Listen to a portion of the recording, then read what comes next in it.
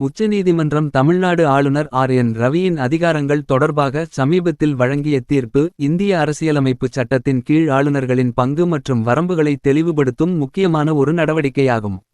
இந்த தீர்ப்பு ஆளுநருக்கு தன்னிச்சையாக முடிவெடுக்கும் அதிகாரம் இல்லை என்றும் மாநில அரசின் அமைச்சரவையின் ஆலோசனைப்படியே செயல்பட வேண்டும் என்றும் உறுதிப்படுத்தியுள்ளது.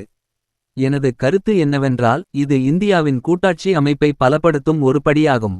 அரசியலமைப்புச் சட்டம் ஆளுநரை ஒரு அரசியல் பதவியாக அல்லாமல் மாநில அரசுக்கும் மத்திய அரசுக்கும் இடையே ஒரு பாலமாகவே வரையறுக்கிறது.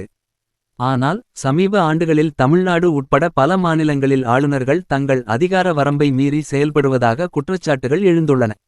உதாரணமாக சட்டமன்றத்தில் நிறைவேற்றப்பட்ட மசோதாக்களுக்கு ஒப்புதல் அளிக்காமல் தாமதப்படுத்துவது அல்லது அவற்றை குடியரசுத் தலைவருக்கு அனுப்புவது போன்ற செயல்கள் மாநில அரசின் இறையாண்மைக்கு சவாலாக அமைந்தன.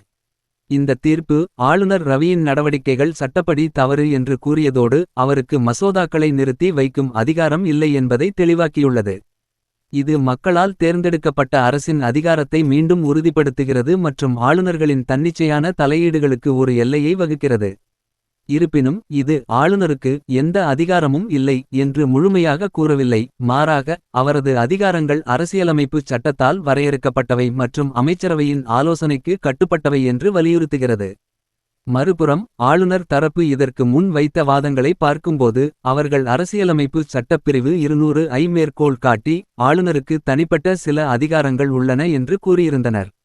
ஆனால் உச்சநீதிமன்றம் இதை ஏற்கவில்லை என்பது இந்தியாவின் ஜனநாயக கட்டமைப்பில் மாநில அரசுகளின் பங்கு முதன்மையானது என்பதை மீண்டும் நிலைநாட்டுகிறது.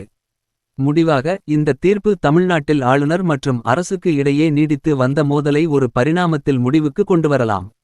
ஆனால் ஆளுநர் பதவியின் பொருத்தப்பாடு மற்றும் அதன் அதிகார எல்லைகள் குறித்த பரந்த விவாதம் இன்னும் தொடர வேண்டிய ஒன்று என்று நினைக்கிறேன்.